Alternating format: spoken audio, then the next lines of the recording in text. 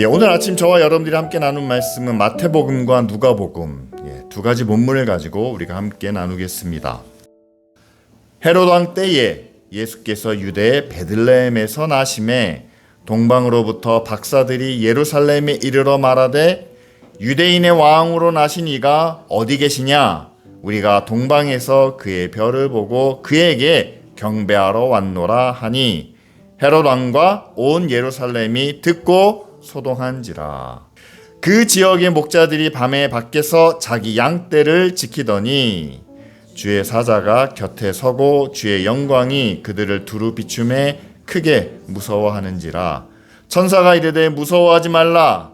보라, 내가 온 백성에게 미칠 큰 기쁨의 좋은 소식을 너희에게 전하노라.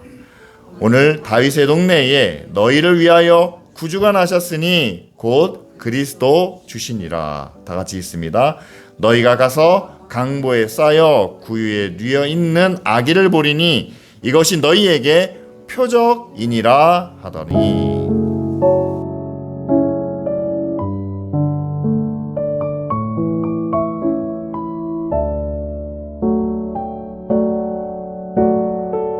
이제 대강절 예배를 우리가 함께 드리면서 동방박사와 목자들에 대한 이야기를 함께 나누려고 합니다. 신학교에 들어간 게 92년이고 그때부터 전도사 생활을 했으니까 30년이 넘었습니다. 근데 교회를 섬기면서 수없이 많은 사람들을 만나왔는데 정말 다양한 사람들을 만나게 되죠. 새로 교회로 나오는 분들을 보면 그분들에게는 정말 사모하는 마음이 있고 뭔가 간절함이 있습니다.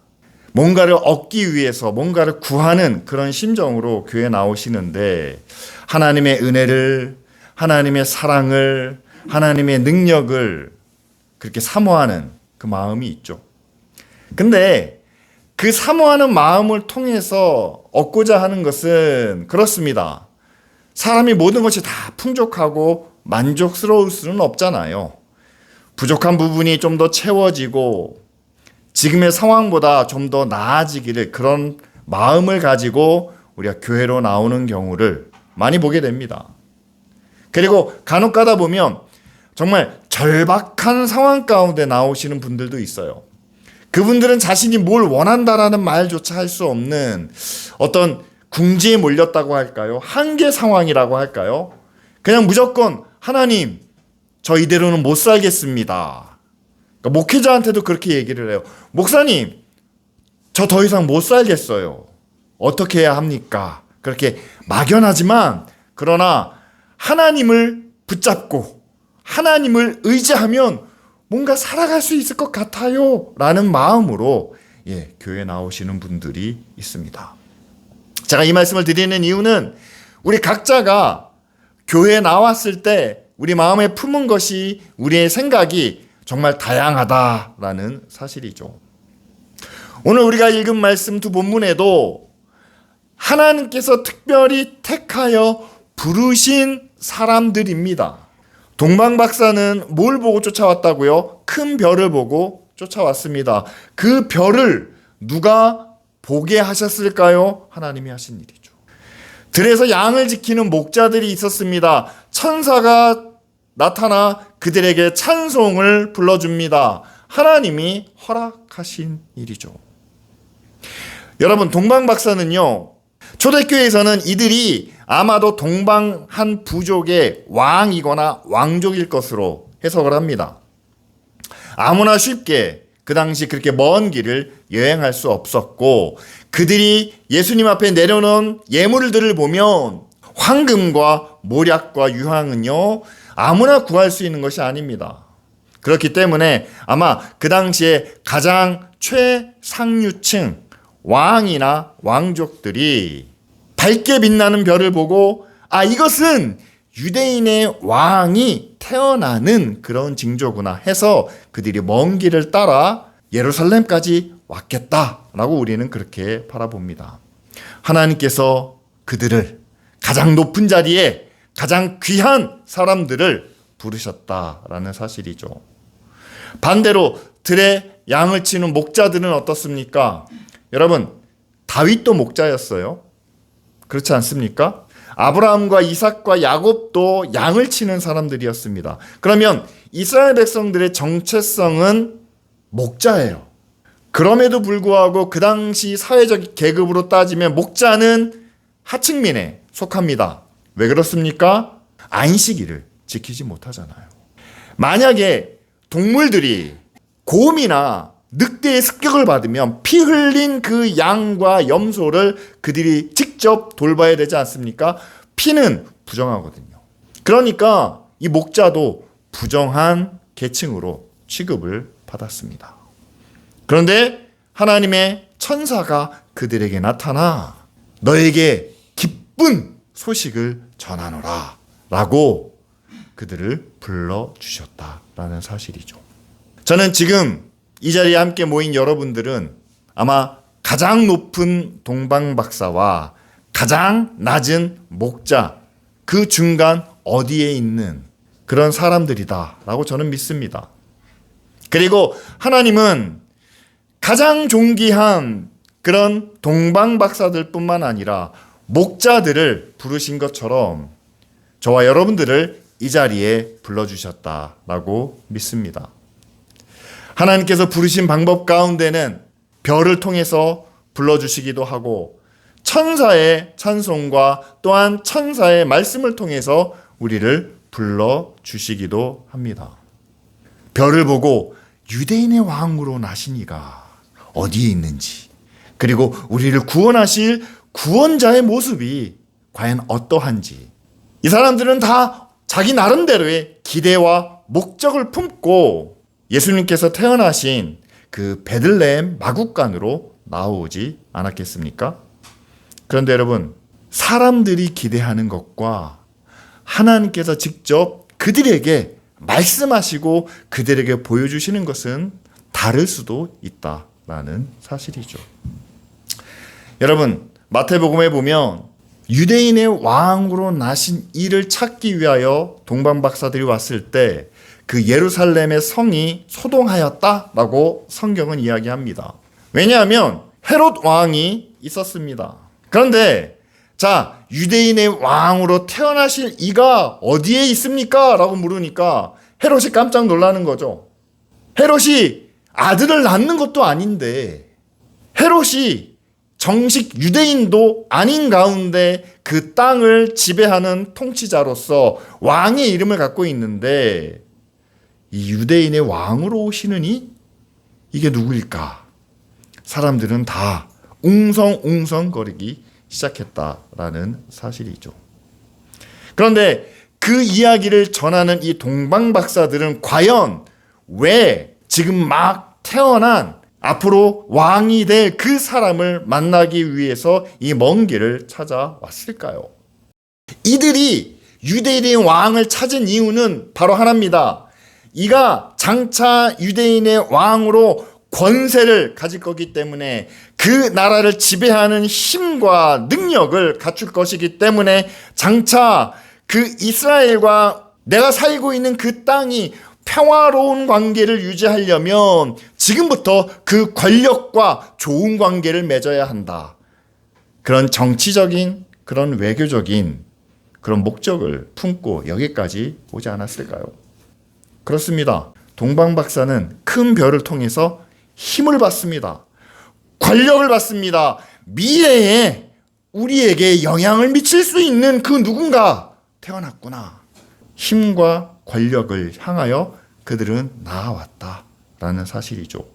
그런데 결국 그들이 베들레헴에 가서 만난 예수 그리스도는 그들이 생각했던 그런 힘과 권력이 아닌 모든 권력을, 모든 권세를 내려놓고 우리와 똑같은 연약한 인간의 몸을 입고 태어나신, 그리고 장차 모든 인류를 죄악 가운데서 구원하실 그런 구원자로 오셨다는 것을 그들은 보고 깨닫게 되었다라는 사실입니다. 전 여기서 여러분 꼭 기억하셔야 될 것이 그렇습니다. 별을 보고 왔습니다. 하지만 베들레헴에서 그들이 진짜 보게 된 것은 별이 아니었다라는 사실이에요. 그것은 바로 하나님의 구원이었다. 여러분, 교회로 나올 때 여러분들이 마음에 품은 것이 있습니다. 여러분들이 기대하는 것이 있습니다. 여러분, 교회가 영광을 나타내야, 빛을 비춰야 사람들이 교회로 나옵니다. 그래서 좋은 건물, 좋은 모습, 좋은 것들을 우리는 비춰야 사람들을 교회로 이끌 수 있습니다. 그렇잖아요. 만약에 이 빛이 비추지 않았다면 동방박사가 올 이유가 없었겠죠. 교회도 마찬가지입니다. 뭔가 우리가 빛을 비춰야만 됩니다. 사람들이 볼 수 있는, 경험할 수 있는 빛을 나타내야만 합니다. 그래서 함께 기도하면 하나님께서 은혜를 주시고, 우리의 삶 속에서도 하나님께서 필요를 채워주시고, 우리가 이 땅에서 살면서 어렵고 힘든 모든 것 하나님의 은혜 가운데서 해결될 수 있습니다 라는 그런 이야기들을, 좋은 이야기를, 좀 긍정적인 이야기들을 많이 합니다. 왜요? 그걸 보고 올 수 있도록 우리에게로 오라는 거죠. 그렇게 온 사람들을 향하여, 그렇게 모여있는 사람들을 향하여, 여러분, 성화에 속지 마세요. 예수 그리스도 뒤에 무슨 후광이 있을 거라고 기대하지 마세요. 구원자로 오신 예수 그리스도는 초라하고 연약하고 아무것도 아닌 모습 그대로였습니다. 빛이 아니었다라는 거예요. 별이 아니었다는 겁니다. 예수님은 별로 오신 게 아니에요. 예수님은 스타가 아니에요. 여러분, 교회가 사람들을 함께 모으기 위해서 영광을, 빛을, 별을 내세울 수 있습니다. 하지만 하나님께서 교회를 통해서 주시는 것은 그 빛이 아니라는 거예요. 세상을 빛나는, 세상에서 영광을 얻는 그 빛이 아니라, 하나님은 우리의 영혼을 구원하시기 위해서 허름한 마구간에 한 생명을 태어나게 하시는, 이 땅에서 얻을 수 있는 그런 해방과 만족이 아니라, 정치적인 힘과 권력이 아니라 우리의 영혼을 구원하시기 위해서, 하나님의 나라를 이루시기 위해서 한 생명과 한 가정을 이끄시고 또한 그들을 통해서 만들어 가신다라는 사실이죠. 여러분, 두 번째로 목자들을 부르시는 장면 속에서 우리는 더 확실한 하나님의 뜻을 발견할 수 있습니다. 천사가 전하는 소식이에요. 천사가 그 목자들에게 그렇게 이야기합니다. 환한 빛 가운데 무서워하지 말라 라고 이렇게 말씀합니다. 내가 온 백성에게 미칠 큰 기쁨의 좋은 소식을 전한다 라고 말씀하십니다. 그래서 다윗의 동네 베들레헴에 너희를 위하여 구원자가 태어나셨는데, 12절 말씀이죠. 너희가 가서 강보에 쌓여 구유에 뉘어 있는 아기를 보리니 이것이 너희에게 표적이니라. 여기서 표적은 사인이라는 것을 말합니다. 하나의 증거예요. 분명히 우리에게 구원자, 구주를 주시겠다라고 약속해 주셨습니다. 그런데 구원자로 오신 분을 찾아가서 보니 어떤 상태에 있습니까? 강보에 쌓여 있습니다. 그렇죠. 아기가 태어나면 이렇게 흰 천에 쌓여서 뉘어놓잖아요. 근데 어디에 누워 계십니까? 구유에 누워 있습니다. 여러분, 말이 돼요? 소여물통이에요, 구유가. 아기가 태어나면 엄마 품 안에 있든지, 요즘 신생아들은 태어나면 어디에 있습니까? 병원 인큐베이터에 있든지, 아니면은 아기가 눕는 그 자리가 있잖아요. 하나님의 아들이고 구원자라고 하시는데 태어나자마자 잘 싸서 어디에 누워놓습니까? 소 여물통에 누워 있는데, 그것을 너희가 볼 것인데 이것이 하나님의 사람, 하나님이 보낸 구원자가 너희에게 왔다는 표적이다 라고 천사가 말해 주었다라는 사실이죠. 여러분, 이상하지 않습니까? 여러분, 성경 말씀이니까 너무 당연하게 받아들이시는데 저는 이 말씀을 보고 너무 이상한 거예요. 어떻게 사람이 소 밥그릇에 누워 있는데 그것을 하나님이 우리에게 주신 구원자라는 증거로 받아들일 수가 있습니까? 지금식으로 한번 생각해 보자는 거예요. 여러분, 우리에게 한 지도자가 태어났습니다. 그런데 그 지도자가 배경이 좋은 교육을 받은, 그래서 뭔가 자격과 능력을 갖춘 그런 모습으로 우리에게 와야, 야, 저 사람에게, 저분에게 맡기면 뭔가 되겠구나 라는 기대를 할 수 있지 않습니까? 그런데 도저히 인정할 수 없는 그런 배경과 납득할 수 없는 그런 환경과 성장 과정도 그렇고 갖춘 지식과 능력과 모든 것을 봐도 이건 아닌 것 같다는 거예요. 이건 아니에요. 이렇게 해서는 살 수가 없어요. 이렇게 해서는 우리를 구원할 수가 없어요. 힘도 없고 권력도 없고 배경도 없고 아무것도 없는데 어떻게 우리를 구원하시겠다는 겁니까? 라고 말할 수밖에 없는 그런 모습이 지금 구유에 누여있는 아기의 모습이다라는 사실이죠. 그런데 천사가 이것이 바로 너희에게 하나님께서 주신 사인, 구원의 사인, 구원의 표적이다. 예수님이 태어나실 때뿐만 아니라 예수님이 죽으실 때도 똑같은 사인이 우리에게 주어진다라는 사실입니다. 여러분, 예수님이 어디에서 죽으셨습니까? 십자가에서 죽으셨어요. 여러분, 지금도 유대인들은요, 예수님을 메시아라고 받아들이지 못하는 이유가 뭔지 아십니까? 십자가 때문에 그들은 예수님을 받아들이지 못합니다. 왜냐하면 나무에 달린 자는 하나님의 저주를 받은 자라는 거예요. 우리는, 여러분, 이 교회가, 기독교가 얼마나 아이러니한지 아십니까? 우리는 같은 하나님을 믿고 있어요. 유대인의 하나님을 우리도 믿고 있습니다.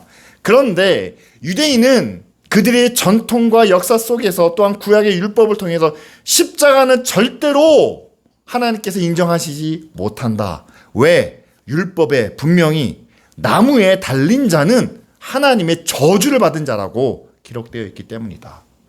그런데 교회는 그 십자가를 우리의 구원의 상징으로 받아들이고 있습니다. 저주의 상징 아닌가요? 맞습니다. 하나님이 자기 아들을 저주하셨다라고 봐도 맞습니다. 왜 저주하셨습니까? 하나님께서 만드신 피조물, 모든 인간들이 하나님이 저주해도 마땅한 그런 죄와 그런 잘못과 그런 악과 불의를 행하고 있기 때문에 하나님께서 대신 자기 아들을 저주하신 거죠.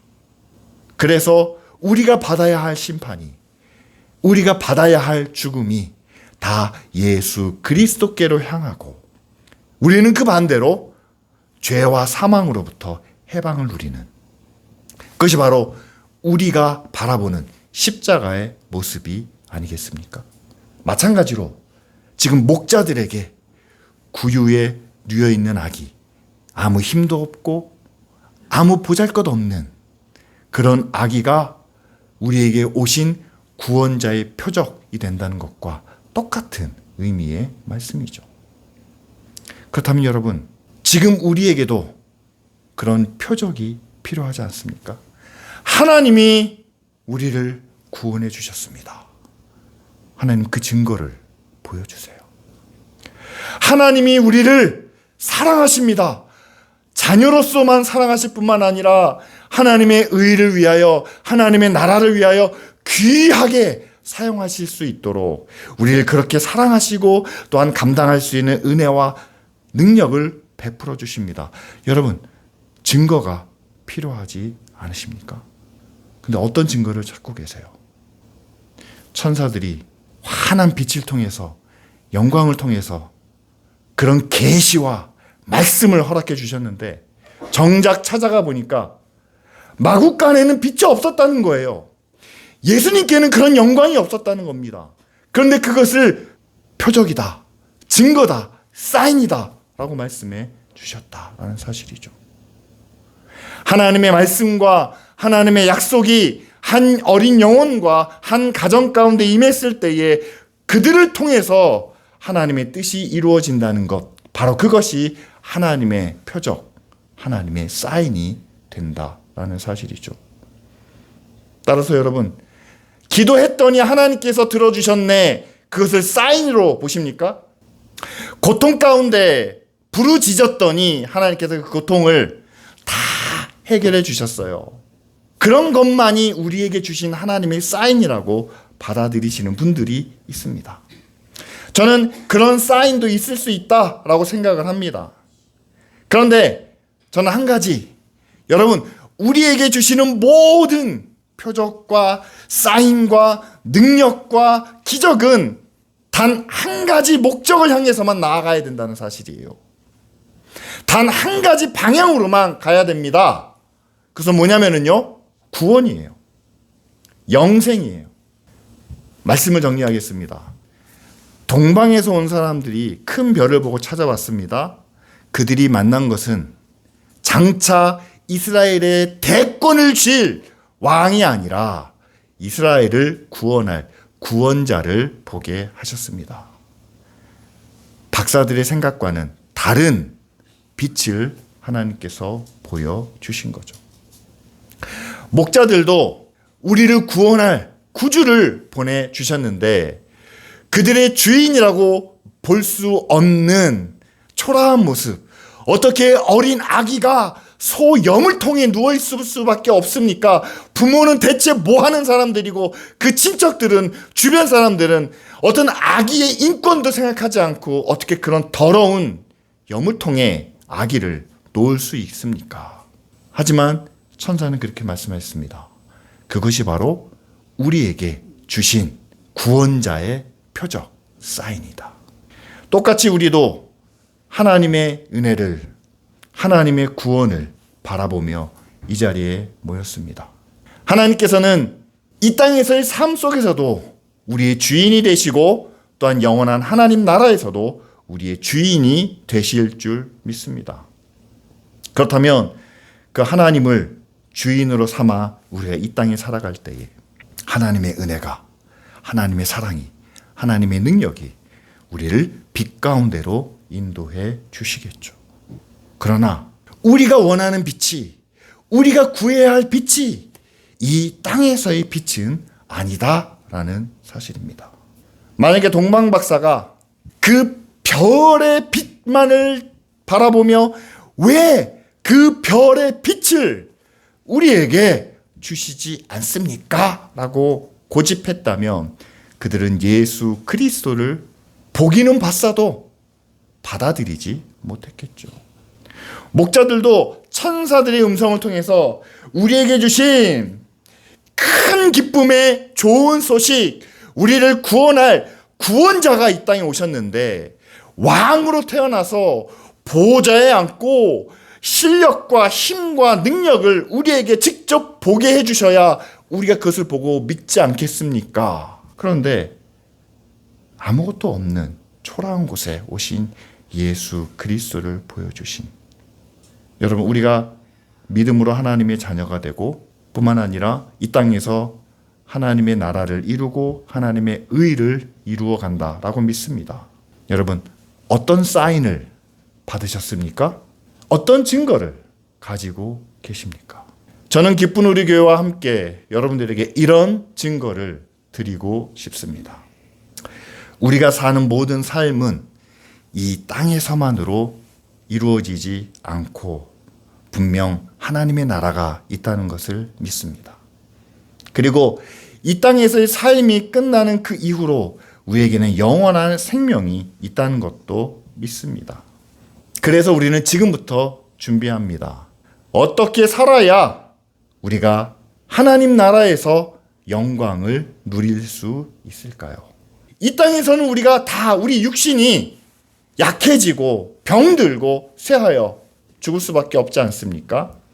그럼 어떻게 살아야 우리가 영원히 산다는 것을 의심하지 않고 흔들리지 않고 우리가 살아갈 수 있겠습니까?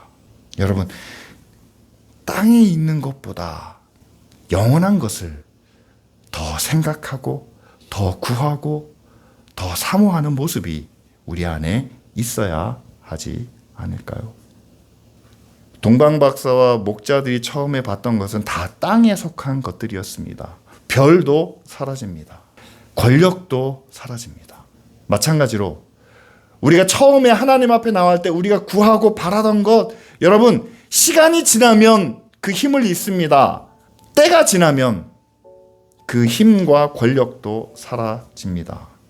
그러나 영원히 변함이 없는 하나님의 의와 사랑과 그리고 우리에게 맡겨주신 사명, 한 사람이라도 더 사랑으로 섬길 수 있는, 한 영혼이라도 더 그들에게 하나님의 의와 진리를 우리가 나타낼 수 있는, 그것을 바라볼 수 있는, 또한 그것을 향하여 나아갈 수 있는 그런 변화가 우리 모두에게 필요하지 않겠습니까?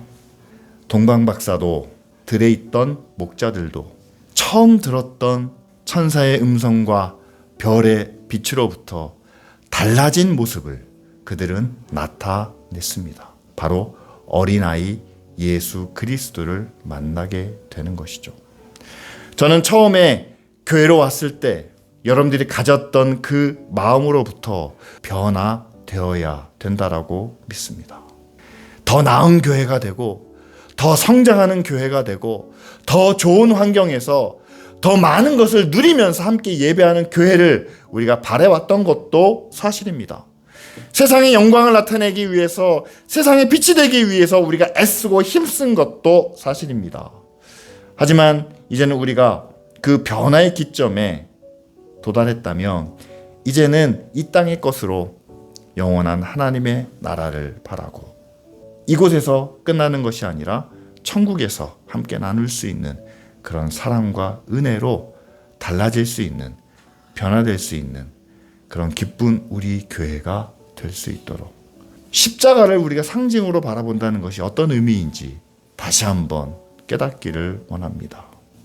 하나님의 저주와 하나님의 심판 아래 있는 그것을 우리가 우리의 구원과 우리의 회복에, 또한 부활의 상징으로 바라보게 된 것처럼, 이 땅에서 아무도 선택하지 않는, 아무도 바라지 않는 그것이 하나님 나라에서 가장 귀하고, 또한 우리가 감당해야 될 십자가의 자리일지 모른다는 그 믿음으로 우리 모두가 함께 나아갈 수 있도록 이 시간 다 같이 기도드리겠습니다.